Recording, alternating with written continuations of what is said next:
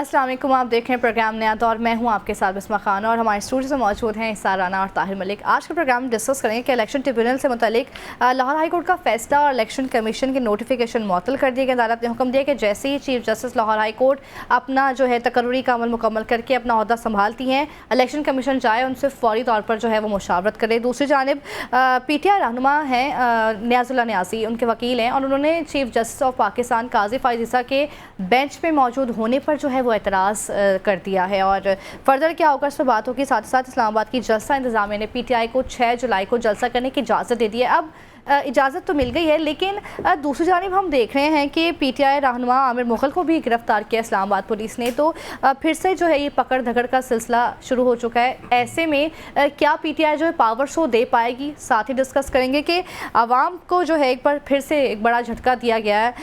IMF का एक और मुतालबा पूरा करते हुए 7 रुपये 12 पैसे फ़ी यूनिट बिजली जो है वो महंगी कर दी गई है। बिजली महंगी, गैस महंगी, हर चीज़ महंगी हो रही है। आवाम जाएँ तो जाएँ कहाँ। प्रोग्राम का आगाज़ करेंगे आज राना साहब से। राना साहब, क्या समझते हैं इलेक्शन ट्रिब्यूनल की तश्कील से मुतालिक Lahore high court election commission के फैसले तो मुअत्तल हो गए और कहा गया कि मुशावरत करें और उसके बाद जाके बात करें। तो अगर मुशावरत ही करना थी तो मुअत्तल क्यों किया फैसला? नहीं, मैं तो ये बात सोच रहा हूँ कि ये कोई दो उम्मीदवारों का तो आपस में इशू नहीं है, ये तो पूरे मैंडेट का मसला है। राइट, ठीक है ना।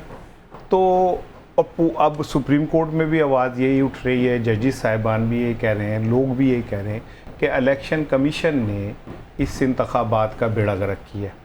और मैं हैरान हूँ कि मुशावरत भी उनसे ही होनी है।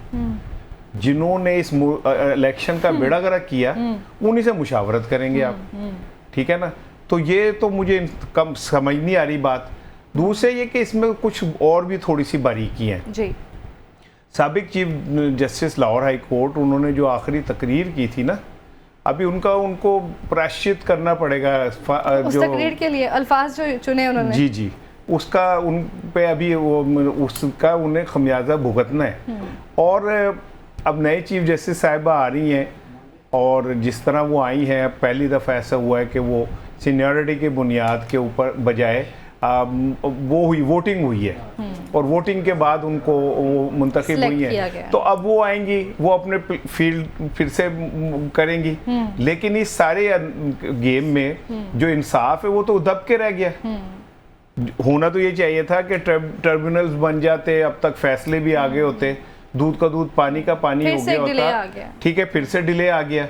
तो मुझे ऐसा लगता है कि वो जो कमिश्नर रावलपिंडी ने बात की थी ना कि जी जुडिशरी भी इस मामले में इन्वॉल्व है। वैसे तो कमिश्नर साहब का मुझे दोबारा पता नहीं चला, कहाँ छुट्टियों पे चले गए कि कहाँ चले गए, किसी को भी नहीं पता ना। हाँ, हमें भी नहीं पता, उन्हें खुद भी नहीं मेरे ख्याल पता कहाँ गए।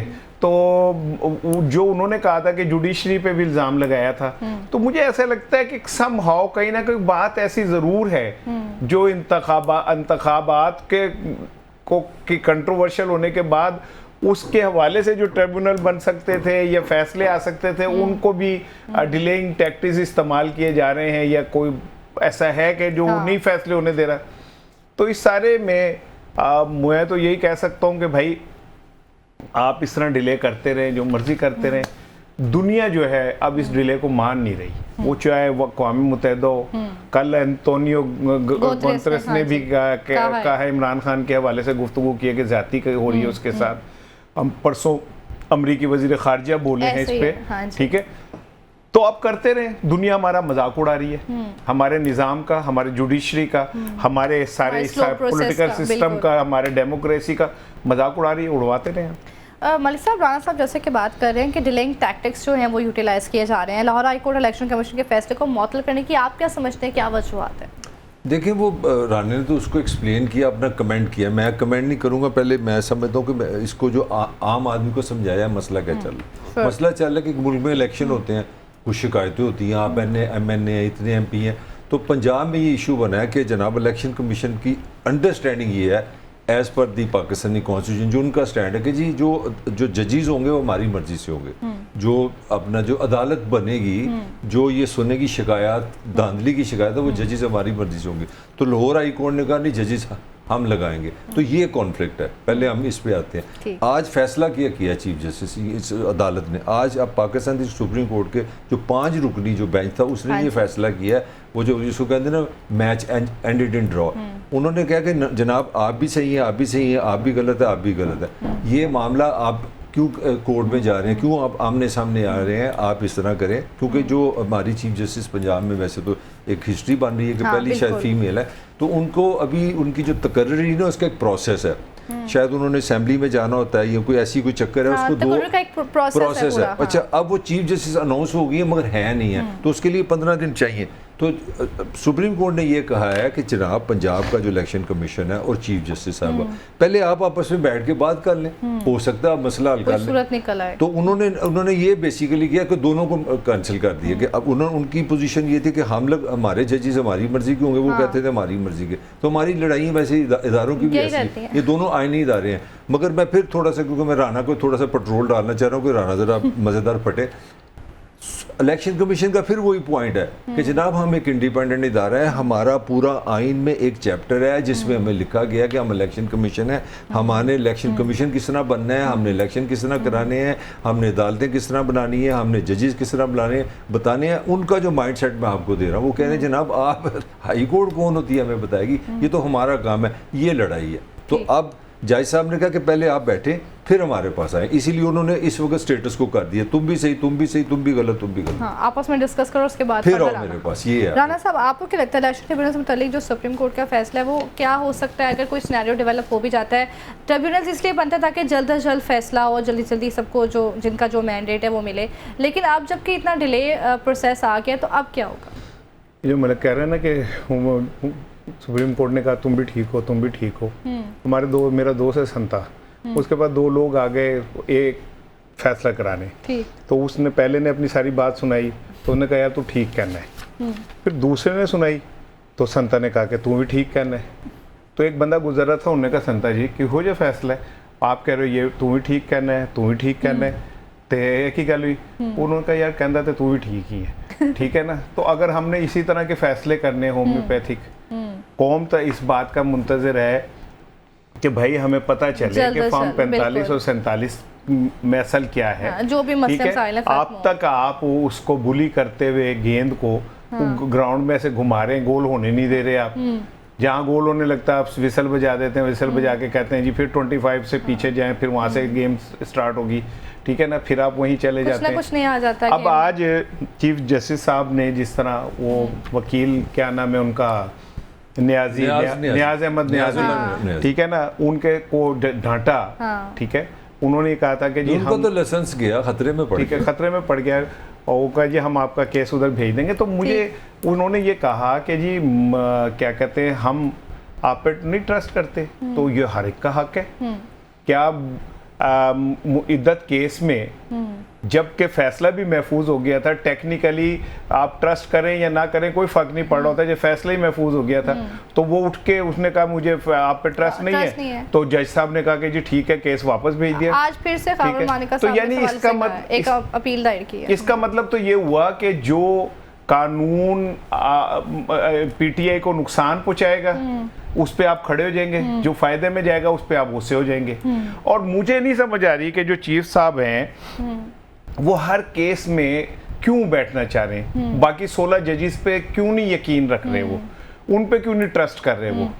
और जब आप इतने कंट्रोवर्शियल हो गए हैं, आप ओपनली साइड ले रहे हैं एक पार्टी की, आप कंट्रोवर्शियल हो चुके हैं, उसके बावजूद आप खड़े हुए, तो आप हो सकता है कि उसका लाइसेंस कैंसिल हो जाए, लेकिन जाएगा वो बार को पाकिस्तान बार कौंसिल को जाएगा ना। जी। तो वहां पे जो लोग बैठे हैं उन्होंने भी तो आइन और कानून को देखना है ना। लेकिन मेरा ख्याल है ये कोई अच्छी रवायत नहीं आप कायम कर रहे कि आप अपने मुखालिफ को बिल्डोज करें, वकील को, और आप गुस्से में आ जाएं।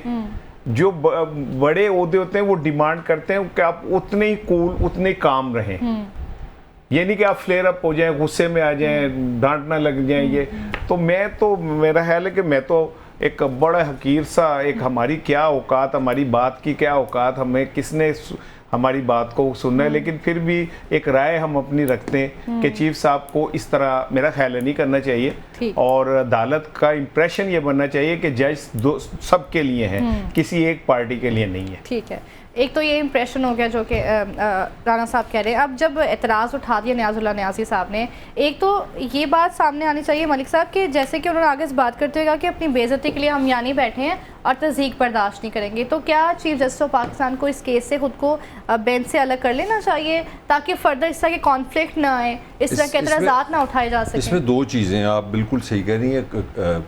काजी साहब काफ़ी गरजे हैं आप, हाँ। वो मतलब अच्छा मूड नहीं था। हाँ, बिल्कुल आपने सही कहा। बल्कि उन्होंने एक चीज़ वाज़ेह की है जो मैं समझता एक पॉजिटिव है, वो मैं लॉ की बात करने लगा। अब इस वक्त पाकिस्तान के चीफ जस्टिस के पास ये पावर नहीं है कि वो बेंच खुद बनाए, वो 7 रुक नहीं होगा, 5 रुक, ये कमेटी बनाती है। ये आप शहबाज शरीफ को इसका क्रेडिट दें या ना दें, ये एक नया लॉ बन गया पाकिस्तान में कि वो जो था ना कि चीफ जस्टिस के पास असल जो पावर थी ना वो ले लिया उनसे बेंच बनाने की। अब उनका पॉइंट मैं आपके सवाल के बाद में आऊँगा। मैं पहले अपना चीफ जस्टिस ने जो कहा है वो थोड़ा सा मैं कोड आपको करूँ। चीफ जस्टिस ने ये कहा कि जनाब ये अपने नियाजी साहब आप कौन है? उसने कहा जी मैं तो राजा जो अकराम साहब हैं जो अपना पीटीए के इलेक्शन भी लड़े हैं, मैं उनका वकील हूँ। तो ज़रा जज साहब को गुस्से आने की वजह ये थी, उसने कहा कि भाई हमने इनसे पूछा था कि आप सेटिस्फाइड हैं इस बेंच से? तो उन्होंने कहा था तो फिर आप कौन होते हैं? मतलब मैं जो जिसका मुकदमा है वो कहता है मैं सेटिस्फाइड हूँ, आप आगे हैं आप सेटिस्फाइड नहीं है, ये उनका पॉइंट है। इशारा उसने भी तो कहा है ना आगे से नियाज़ुल्लाह नियाज़ी ने, वो क्या कहा उन्होंने कहा है कि वो जो कैद में बैठा हुआ है, कैद में जो बैठा हुआ है उसको भी जो है एतराज है इस पर। अच्छा नहीं, वो ट्रस्ट इश्यूज है उनको। वो वही पॉइंट है, वो थोड़ा सा मतलब काजी साहब ने एक किस्म की वजाहत दी है गुस्से में। वो गुस्से में वजाहत यही दी है कि भाई वो ज़माना गुजर गया कि मैंने बेंच बनाने, बेंच मैं नहीं बना रहा। ये तो आपके ये जो आज की रिपोर्टिंग मैं कर रहा हूँ, जो मैंने सुना है, मगर जो आपका असल सवाल है मेरे ख्याल वो ग्रेस का मामला है। वो वाकई जो ट्रेडिशन है, ये लॉ नहीं है, कोई ट्रेडिशन हमेशा रही है। और पाकिस्तान भी क्योंकि कोई इतना गया कोई अच्छा काम नहीं, सिविलाइजेशन है, तो इसमें जो हिस्ट्री हमने जो हमारे बड़ों ने हमें जो हमें बताया है, जो हम हमसे सीनियर जर्नलिस्ट थे या जो लोग बड़े बड़ी पोजीशन पे रहे, मैं मीडिया वाइज, उन्होंने हमें यही चीज़ बताई थी कि पाकिस्तान में ट्रेडिशन है। चाहे आप पे कोई सच्ची बात है या झूठी है, अगर आप पे किसी ने शक भी कर दिया ना, तो आमतौर पे जजेस इसको ग्रेसलेस समझते थे। वो कहते थे भाई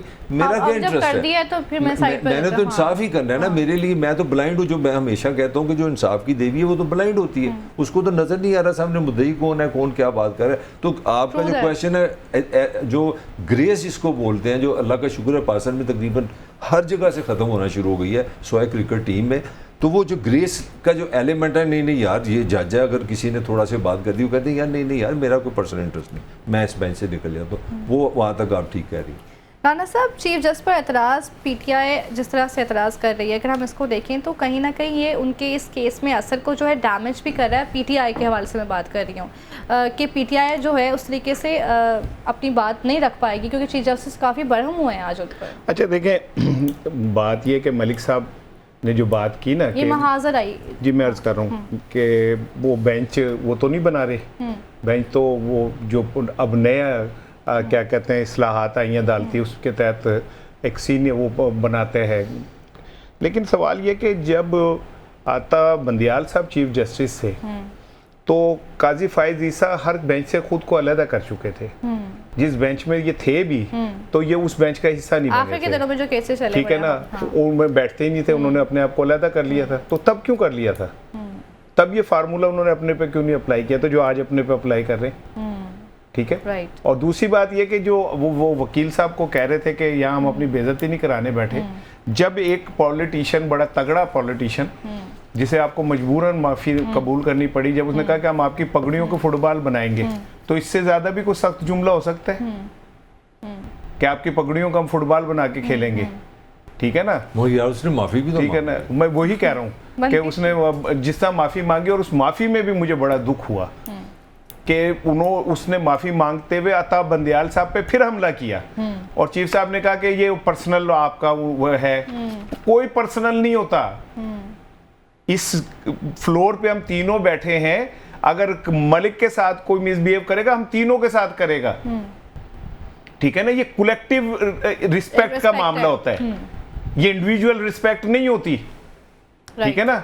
और मुझे बड़ा ही दुख हो रहा है। मैं ये समझता हूँ कि मुझे कहीं थोड़ा सा ये था कि हम वक्त के साथ साथ मैच्योर हो रहे हैं, लेकिन मुझे जो रवैया का नजर आ रहा है ना, उसे देख के दुख हो रहा है कि हम कब बड़े ही नहीं हो सके। हमारे चीफ जस्टिस जो होता है काजी उल कज़ा, वो सुप्रीम अथॉरिटी होता है। यस, ठीक है ना। मैं बार बार कह चुका हूं कि वो किसी को भी तलब कर सकता है, वो इतनी सुप्रीम होता है। ठीक है ना। यहां तक के अब खलीफतुल मुस्लिमीन उस वक्त के जो थे, उनको अदालत में तलब कर लिया जरा के वो इशू के ऊपर। ठीक है ना। और फिर तलब करने के बाद जब उन्होंने कहा कि जी इसके गवाह ये भी हैं और इसके गवाह ये भी हैं, तो उन्होंने कहा ये तो बेटे हैं आपके, हम नहीं मानते। ठीक है। वो जज थे, वो इंसाफ के, उन्हें पता था कि इंसाफ कैसे होता है। इस तरह नहीं होता कि गुड टू सी यू किसी को कह दें और किसी को कहें कि आप अपनी जबान बंद करें। ठीक है। इस तरह भी नहीं होता कि अगर कोई आपके अदालत में कोई अगर आके कोई बंदा समझता है कि मैं ये कहना चाह रहा हूं, मेरा ये मौकफ है, आप उसे कुचल नहीं सकते। You can not bulldoze that. हम ये तो फिर आप और मैं हो गए कि मलक की मेरी लड़ाई होती है, मलक बीच में बोल रहा था, मैं कहता हूं तू चुप कर जा, मलक बोलता रहता है, फिर मैं बोलता हूं तो ये कहता हूं चुप कर जाओ। हाँ। भाई कुछ ग्रेस होती है ना। अल्हम्दुलिल्लाह वो हम वक्त के साथ साथ खो चुके हैं, लेकिन इसके बावजूद भी मुझे ये तवक्को थी कि हम थोड़ा मैच्योर हो जाएंगे। 76 साल 77 साल हो गए, हम वहीं के वहीं खड़े। वाकई एक्सपेक्ट कर रहे थे कि अभी कह ही रहे हो क्या इस हालात में तुम एक्सपेक्ट कर रहे थे कि इस समाज में ग्रेस बचेगी, कैरेक्टर बचेगा, मोरालिटी आप होगी? ना मेरे ख्वाबों के दुश्मन हो। नहीं तो मैं मैंने आपको बताया भी है कि मैं ख्वाबों में मेरे कौन आता है। मैं तो रियलिटी की बात, ठीक है ना। आपको मैंने बताया कि मेरा आइडियल कौन है, बचपन से कौन आइडियल है। काजी साहब है, मुझे याद हो गया। तो फिर साहब से लाजवाल मोहब्बत है, लाजवाल मोहब्बत। तो फिर महबूब अगर थोड़ा सा भी सुबह दोपहर शाम खाने से पहले, खाने के बाद जरूर जिक्र करता है काजी साहब का, मुझे तो याद हो गया। मेरा तो मैदा जो है वो उस तरह हो गया। लेकिन बात यह है कि काजी साहब से मेरी तवक्को यही है, मैं उनसे मोहब्बत करता हूँ। जब वो पिछले दौर में इस्टेब्लिशमेंट के खिलाफ खड़े हुए थे, जनरल फैज के और बाकियों के, उस दिन से मेरे दिल में उनके लिए एक बड़ी एहतराम है। मैं उस बुत को टूटता हुआ देख रहा हूँ, उस बुत को टूटता देख रहा हूँ जो कह रहा था कि एस्टेब्लिशमेंट धरने के पीछे यूं एस्टेब्लिशमेंट ने ऐसे क्यों किया।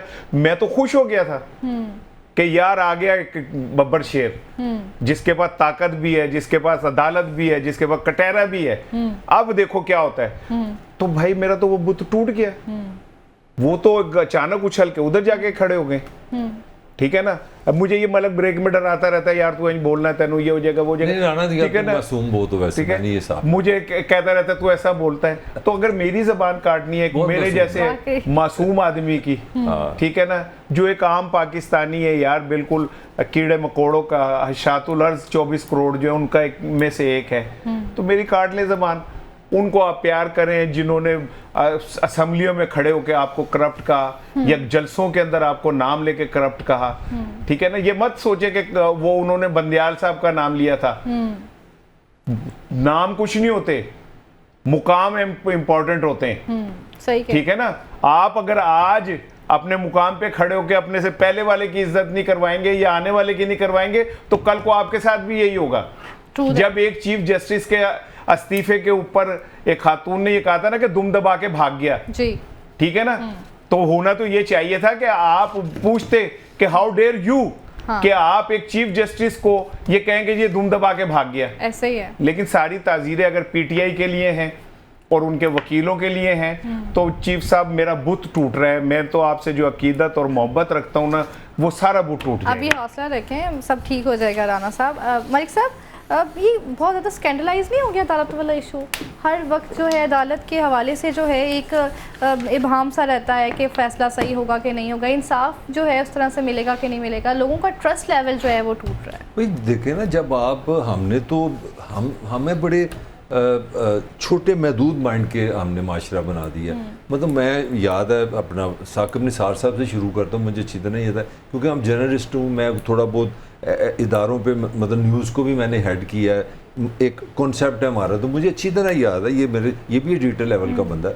तो साकिब निसार के दौर में सुबह 9:30 8:30 बजे, सुबह 9 बजे एक ब्रेकिंग न्यूज़ होती थी सुबह मोटो। तो लगता था पाकिस्तान में कोई इंस्टीट्यूशन नहीं, एक चीफ जस्टिस है वही शराब पकड़ेगा, वही हर काम करेगा। तो सो मोटो शुरू हो जाता था, सेल लगी हुई थी। तो पूरा जो जनरल, क्योंकि मैं बात आपके सवाल की तरफ आ रहा हूँ, तो हमने तो वही करना है ना, जो नज़र आएगा वही दिखाएंगे। तो मैं तब सोचता था कि यार इतना हमें समझ नहीं आ रही, मैं ला समझना पड़ रहा है।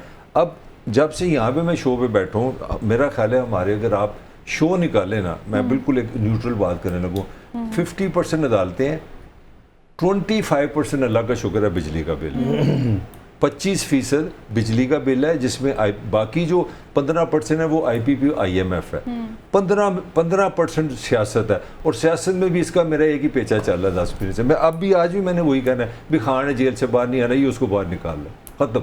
This is Pakistan. मुझे छठी चीज़ को दिखा दो। तो जब कोई मुल्क की सियासत, उसके इदारे, उसकी टॉप पॉलिटिकल पार्टी, उसके वज़ीर आज़म, उसकी हर चीज़ जब अदालत में चलिएगी तो फिर पूरा माशरी अदालत बन जाएगा।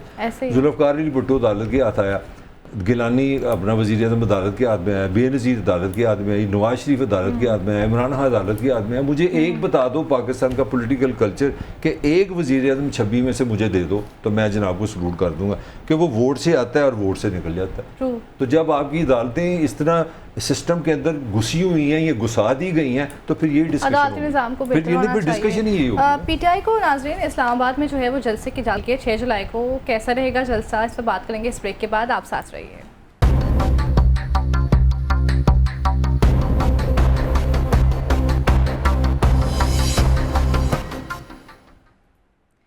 Welcome back. बात करें कि PTI को तरनौल चौक के पास 6 जुलाई को जो है वो जलसा करने की इजाज़त दे दी गई है। आज जस्टिस बाबर सत्तार ने PTI जलसे से मुतालिक दरख्वास्त पर समाअत की। मलिक साहब, बड़ा दिलचस्प जो है मुकालमेबाजी रही है। PTI वाले कहते हैं हमें जलसे की तैयारी के लिए वक्त नहीं दिया गया, तो जस्टिस बाबर सत्तार ने कहा है कि आप तो बड़ी पार्टियाँ कुछ घंटों में लोगों को निकालेंगे। योर कमेंट ऑन समाअत? ये बड़ी इंटरेस्टिंग, वैसे ये 10-15 दिन से वो कहते हैं ना 2020 मैच हो रहा था इंतज़ामिया और PTA के दरमियान, बड़ी मज़े की बात है। मेरा ना this is the reputation of justice Babar Sattar.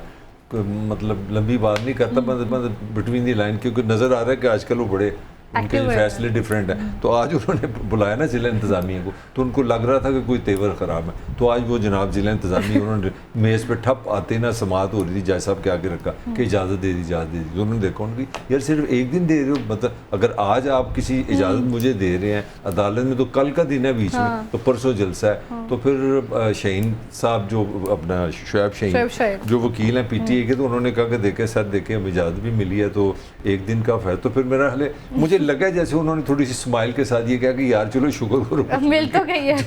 तो ये सूरत हाल है। मेरा हाल इसका क्रेडिट किसी हद तक मैं ना जस्टिस साहब को दूँ। ठीक है राना साहब, आप क्या समझते हैं PTI में जितनी ग्रुपिंग्स और लॉबिंग और ये सब कुछ चल रहा है, पावरफुल जलसा कर पाएंगे ये? अच्छा देखो, ये जो ग्रुपिंग है ना, ये कोई, ये लोग कह रहे हैं ना कि इमरान खान जेल में है तो पीछे ग्रुप बन गए। तो जब इमरान खान बाहर थे तब भी ग्रुप थे। क्या जहांगीर तरीन का ग्रुप नहीं था? क्या शाह महमूद कुरैशी का ग्रुप नहीं था? ठीक। तो बड़े 2 तगड़े ग्रुप थे। तब भी फवाद चौधरी का ग्रुप था। तो हाँ, फवाद चौधरी का ग्रुप था। तो वज़ीर आला उस्मान का ग्रुप था। तो ये मतलब इमरान खान की मौजूदगी में ग्रुप थे। तो ये कौन सा कोई चंबे वाली बात है कि जी उनकी गैर मौजूदगी में पार्टी टूट गई है या वो गई? भाई पहले भी ग्रुप थे।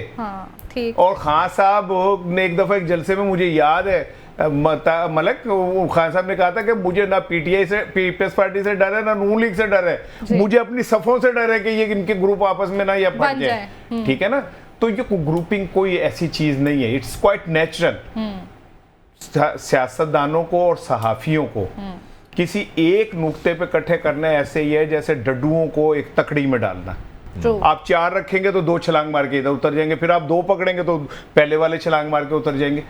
तो यही हुस्न है ना जमहूरियत का, कि आप अपने इख्तलाफात के साथ किसी एक जगह पे रहें। अब आ जाइए, आपका जो सवाल है कि क्या ग्रुपिंग के बाद ये जलसा कर सकेंगे, ये मैं कितने दिनों से कह रहा हूं कि जलसा करना रवायती सियासतदानों का काम है। ठीक। ये वो शाहीन साहब का काम नहीं है या गौहर खान का काम नहीं है। ये काम जलसा जो है ये करना पॉलिटिकल लीडरशिप का काम है। ठीक है ना? आज आप लाहौर में असलम इकबाल को मौका दे दें जलसा करने का एक दिन के, उस पे अगर वो समनाबाद का वो ना भर दे ग्राउंड तो फिर कहिएगा आप।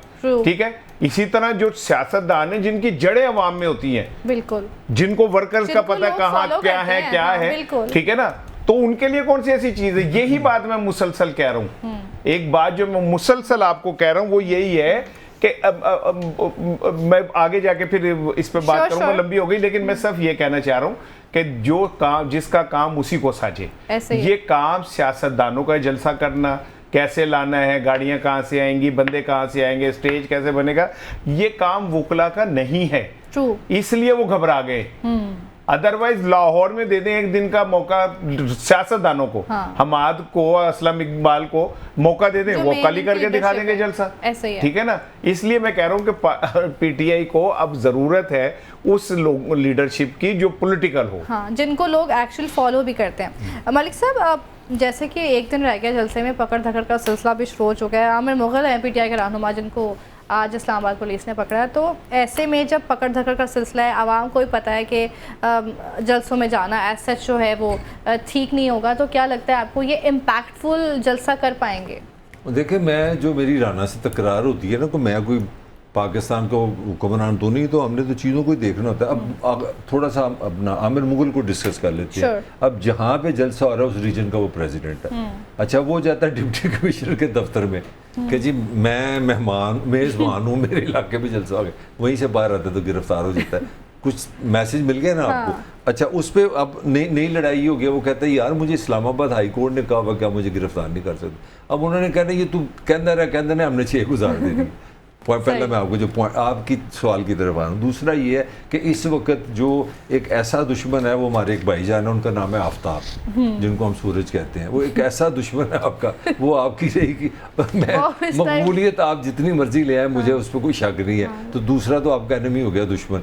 तीसरा, आप देखें ज़िला इंतज़ामिया ने वही आप पे काम किया। वो राना अपने जज्बात में कह रहे हैं, मगर सच ही है कि उन्होंने कोशिश ही की है कि ये किसी तरह ना मैनेज कर सके। हाँ, चौथी चीज़ तो मैं बतानी आपको भूल गया, कल आपका पेट्रोल बंद हो रहा है, वो हड़ताल पे जा रहे हैं। तो भाई इंसानों ने पैदल तो आना नहीं है। अगर इस्लामाबाद में जलसा है तो मरी में को पैदल आएगा, मरी से पिंडी से आप 18-19 किलोमीटर पैदल जाएंगे।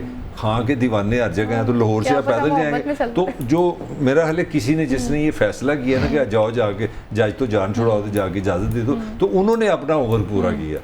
अब ये चैलेंज होगा और मोस्ट प्रॉब्ली मैं कह सकता हूँ ये ग्रेसफुल जलसा नहीं होगा, क्योंकि जो 5 मैंने आपको फैक्टर बता दी उसमें हो जाएगा। तो मैं तो बड़ा इंप्रेस हूं। सबसे जो मेन है ना वो आफ्ताब वाला लग रहा है। राना साहब क्या कहते हैं? छड़ना है, गर्मी रीजन बड़ी अच्छी दी है मलिक साहब ने जलसा सक्सेसफुल ना होने की, आप क्या समझते हैं? अच्छा देखिए, ठीक है, आफ्ताब का मैं एक फैक्टर है, लेकिन ये जो सूरज होता है ना, इसका एक अलमिया ये भी है कि इसने ढलना ही ढलना है। अंधेरी रात ने भी ढलना है, जुल्म के तूफानों ने भी ढलना है। ये मुस्तकिल नहीं रहते। और जिन लोगों के सर पे इश्क का सौदा हो ना, वो पाबजूला भी चलते हैं, तपती हुई रेत पे भी चल पड़ते हैं। सही है, ठीक है। लेकिन मैं यहाँ पे कोई इतनी जज्बातियत नहीं फैलाना चाह रहा। मैं वैसे एक बात करूँ, मुझे फैज साहब का वो जुमला याद आ गया था, आज बाजार में पाबजूला चलो, तो मैंने कहा आपसे शेयर कर दूँ। लेकिन बात ये कि ये काजी साहब को क्यों नहीं नज़र आ रहा, उन्हें क्यों नहीं नज़र आ रहा कि हाई कोर्ट ने एक शख्स को कोई ज़मानत दी हुई है और उसको पकड़ के आपने गिरफ्तार कर लिया है और वो कह रहा है मैं ज़मानत पे, तो कह रहे हैं बस ठीक है ज़मानत पे। तो काजी साहब को क्यों नहीं नज़र आता? काजी साहब को ये क्यों नहीं नज़र आ रहा कि अगर कोई एक जमात के लोग बाहर अपना पॉलिटिकल हक इस्तेमाल करने निकलते तो उन पर पर्ची हो जाते हैं, उन्हें उठा के ले जाते हैं, 6 माह के लिए अंदर कर देते हैं। इस गुर्बत महंगाई के दौर में मतलब अक्सर कहता है सोशल मीडिया पे शोर मचाते हैं ये लोग, ये वो ना, भाई प्रैक्टिकली आप बाहर निकले, आपको गिरफ्तार कर लेंगे, आपको जेल भेज देंगे, पीछे आपके बच्चे भूखे मर जाएं, आपके घर में कुछ है खाने को या नहीं है, तो कौन निकलेगा यार इस तरह? ऐसे ही है, ठीक है ना। जब आप ये जमहूरी जबर नहीं है तो और क्या है? लोग डरे हुए हैं। दिस इज यही तो अक़वाम मुत्तहिदा कह रहे हैं। और वो क्या कह रहे हैं कि आपने जमहूरी हक छीन लिया लोगों का। आप आमिर मुगल जा रहा है, वो एक उस इलाके का बाइज्जत आदमी है, वो जाके कहता है जी मैं मेज़बान हूँ जलसा कराने, वो कहते हैं आप अंदर हो जाए। मैं लतीफ़ा सुनाऊँ आपको। मलिक साहब, मुझे किसी दोस्त ने कहा कि मैं ना कागजात जमा कराने गया, तो मैंने जाके ना वो जब गया तो रिटर्निंग ऑफिसर को कागजात पेश किए, तो उसको किसी दोस्त का भी फ़ोन चला गया कि ये ज़रा ख्याल करें, वकील उनके साथ थे। उन्होंने आज़ाद था, उन्होंने उसे चाय वाय पिलाई और वकील साहब की बढ़िया भगत की, कागजात भी ले लिए। वकील साहब बाहर निकले, थोड़ी देर बाद वो एक पीटीआई के कैंडिडेट के कागजात जमा कराने चले गए उसी बंदे के बाद। उन्होंने कहा ये पीटीआई के कागजात है, कोई कहते बाद ही चेक है, तो फोड़ो ना पहले यार मैं अभी चाय पी के गया। उन्होंने कहा पहले तुम आजाद के साथ आए थे, अब तुम पीटीआई के साथ आ गए, ठीक है ना। अगर और क्यों नहीं नजर आ रहा भैया हमारी अदलिया को, काजी साहब को का गुस्सा बजा है, ठीक है ना, लेकिन उन्हें ये क्यों नहीं नजर आ रहा कि जमहूरी आज़ादी नहीं है, अदालतों की बातों को नहीं माना जा रहा। बाबर सत्तार साहब की सुन लें, जो सोशल मीडिया पे उनके खिलाफ मुहिम चली है, अभी मैं नाम नहीं ले रहा, वैसे मैं आपको अपने प्रोग्राम आपके बता रहा हूं, उसमें उन्हीं दफातर में से किसी एक बहुत सीनियर आदमी ने ही मालूमात लीक की।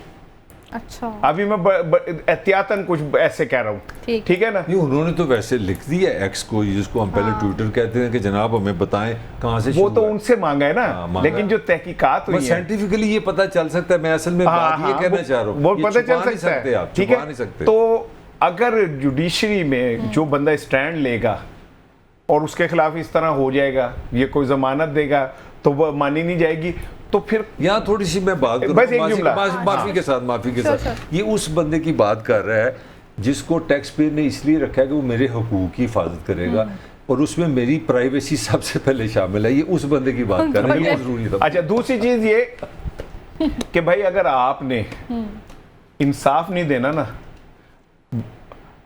जी, तौहीन अदालत, तौहीन फला, आप लोगों की ज़बानें काट के ऐसे ही है तो अपनी इज्जत नहीं करवा सकते। मरियम साहिबा ने आज कहा है कि जी वो तो हद तक के इज्जत केस में अब हम यूं कर देंगे और यूं कर देंगे और यूं कर देंगे, अब हम बर्दाश्त नहीं करेंगे। तो इज्जत इंसान की जो है ना बिस्मा, वो अपने करैक्टर से होती है, ऐसे ही है, जबर से नहीं होती। ठीक कह रहे हैं। डंडा पकड़ के सर में मार के इज्जत नहीं करवा सकते आप। अपना करैक्टर इस तरह का बनाए कि लोग आपकी इज्जत करें। और जब जुडिशरी मुर्गी चोर को 10 साल जेल कर देगी और खजाना चोर को रेड कारपेट देगी, तो आपकी इज्जत कैसे हो सकती है, ठीक है ना। मेरे बच्चा अगर इशारा तोड़ देगा और वो 16 साल से कम उम्र होगा तो उसके बचपन में दाग लगा देंगे उसके करैक्टर पे, उसके पर FIR हो जाएगी। और आपके बच्चे जो हैं वो इंटर्नशिप के ऊपर पूरी दुनिया के जहाज़ों में फिरेंगे और कहेंगे कि हम वजीर हैं। तो फिर अगर इस तरह का निजाम बनाएंगे तो इज्जत कोई भी नहीं करेगा आपकी। सही कह रहा ना। जितना मर्जी हद तक इज्जत केस का वो ऑर्डिनेंस ले आए और वो ले आए। ठीक। नाज़रीन, पीटीआई में जो है वो इख्तलाफात भी पारे जा रहे हैं, क्या बानिए पीटीआई जो है इख्तलाफात को कम कर पाएंगे? डिस्कस करेंगे इस ब्रेक के बाद, आप साथ रहिए।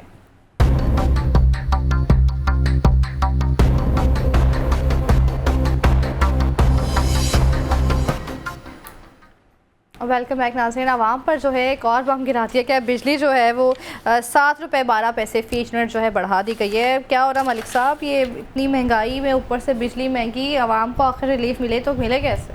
वो तो पता नहीं, तुम बाजी नहीं आते। रिलीफ आवाम का, मतलब मैं तुम्हें भी एक एनालिसिस दे रहा था नॉन साइंटिफिक, कि मेरा हाल है आज के जितने भी पाकिस्तानी टॉक शो हैं उसमें जो चीज़ सबसे ज़्यादा डिस्कस हो रही हुई है अदालत होती है, बिजली होती है। और मैं कल भी कह रहा था, मेरा हाल हम जर्नलिस्टों को बड़ा एक जोम होता था कि यार खबर देनी है और जब एनालिसिस करना है तो बताना है जी पिछले महीने 12 को बिजली, फिर उससे 3 महीने पहले ये हुआ। अब यकीन करें, अब दिमाग ने वो ख़त्म हो गया, याद रहनी ख़त्म हो गया कितनी बड़ी। अब मैं बिल्कुल ज़्यादा मैं चाहूँगा अगर राना इस पर ज़्यादा मेरे से अच्छा बोल सकता है। 2 चीज़ें बड़ी सादा सी, जो मेरा पॉइंट ऑफ व्यू बड़ा डिफरेंट है। 2000 अरब रुपए आपने देने हैं कैपेसिटी चार्जेस, 2000 अरब आपने वो पैसे देने हैं जो आपने ना कभी बिजली बननी है ना आपने इस्तेमाल करनी। ये मैं आपको बिल्कुल साइंटिफिक इन्फॉर्मेशन दूँ। 2000 अरब आज आपका वजीर वापटा जो है, जो तवानाई है उसकी, जो मैं अपनी नहीं तरफ, वो कह रहा है 600 अरब का लाइन लॉस है। अब ये लाइन लॉस बड़ा मीठा सा लफ्ज़ है, मेरी तो इतनी इंग्लिश अच्छी नहीं है, मगर इसको कहते हैं बिजली चोरी। ये लाइन लॉस का मतलब है कि जो बिजली घर से लोगों को गर्म में जाती है, रास्ते में गुम हो जाती है, तो ये कहते हैं जी लाइन का फॉल्ट हो गया, ये हो गया। बेसिकली ये किसी हद तक ये चोरी है।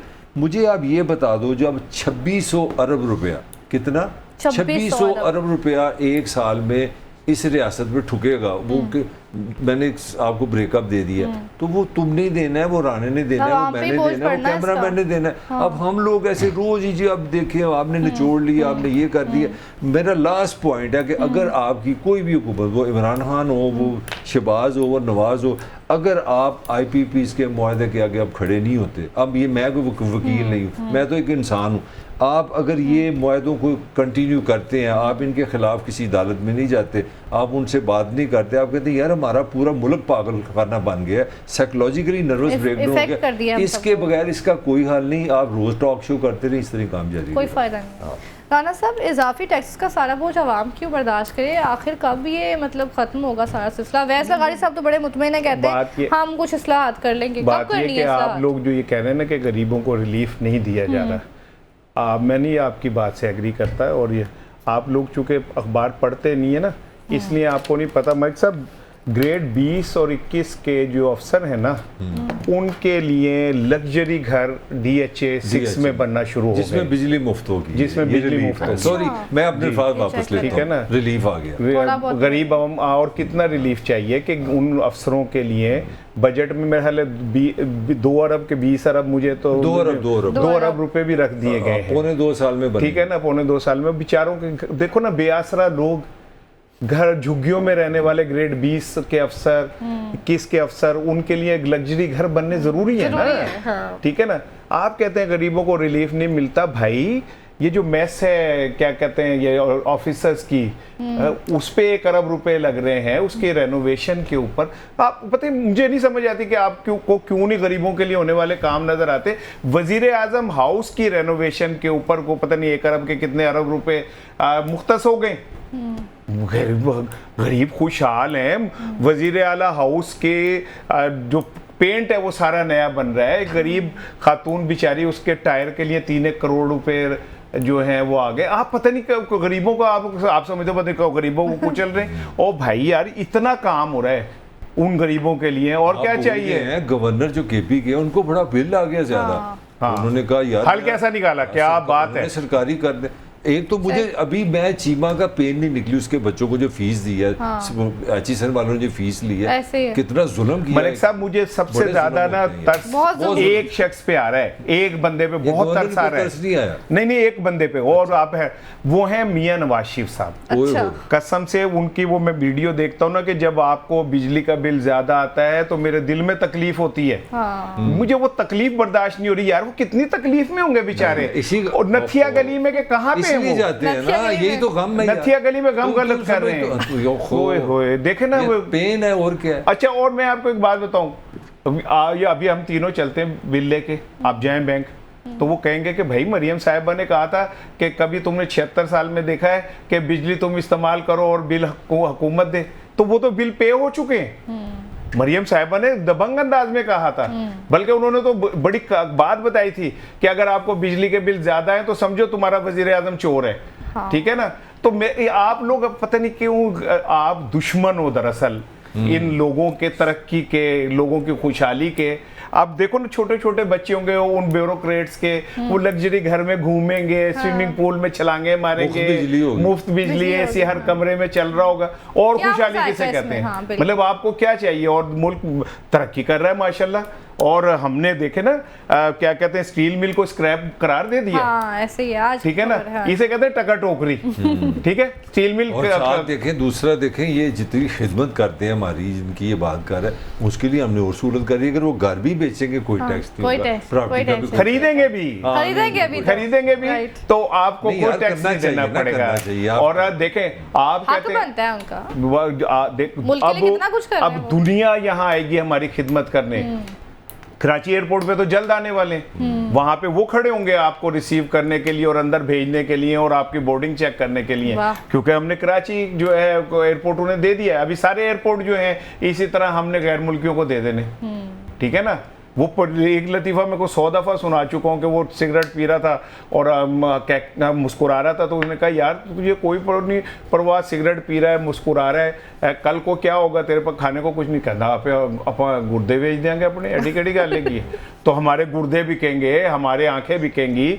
मुझे डर ये है कि हमारा दिल ना बिक जाए, क्योंकि इन लोगों, ये बेरहम लोग हैं।